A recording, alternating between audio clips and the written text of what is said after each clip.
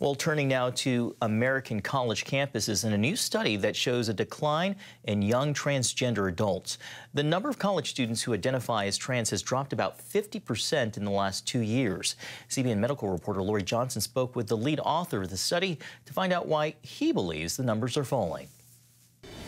An analysis of several surveys, including one looking at more than 50,000 Gen Zers from about 250 colleges across America, shows more students see themselves as heterosexual now than in recent years.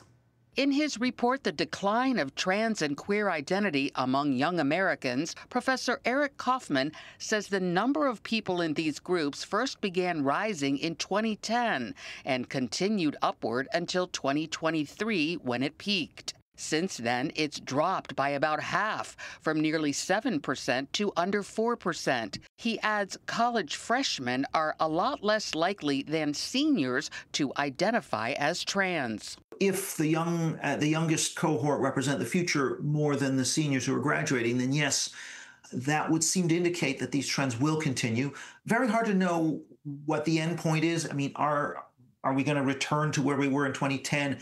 We're not near to that yet, but certainly the direction of travel is towards a decline. Kaufmann says while a couple of years ago, college students considered sexual fluidity hip, campuses are now experiencing what he calls a vibe shift. Much of this just seems to be about tastes and fashions, that these non-conforming gender and sexual identities are less fashionable, less cool, maybe among young people than they were a few years ago. That seems to be the story. He points out a number of young trans adults are genuinely confused, and one reason for the drop could be better mental health among young people. Kaufmann says this research could signal a reduction in surgeries and hormone injections, scarring young people for life. One of the hopes here is that the demand for those procedures will fall as this trend beds down, and that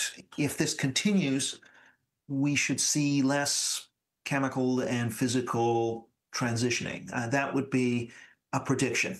Some critics say that while the study presents interesting data, it doesn't give a clear-cut cause behind the decline. Kaufmann's X post about his new report has been viewed by more than 17 million people, with pushback from liberals. People on the left who say, well, this is happening because of Trump and what's been happening on legislation around trans. And conservatives. People who are worried that if we think things are improving, then the political will is going to decline to reform, for example, gender ideology in schools, or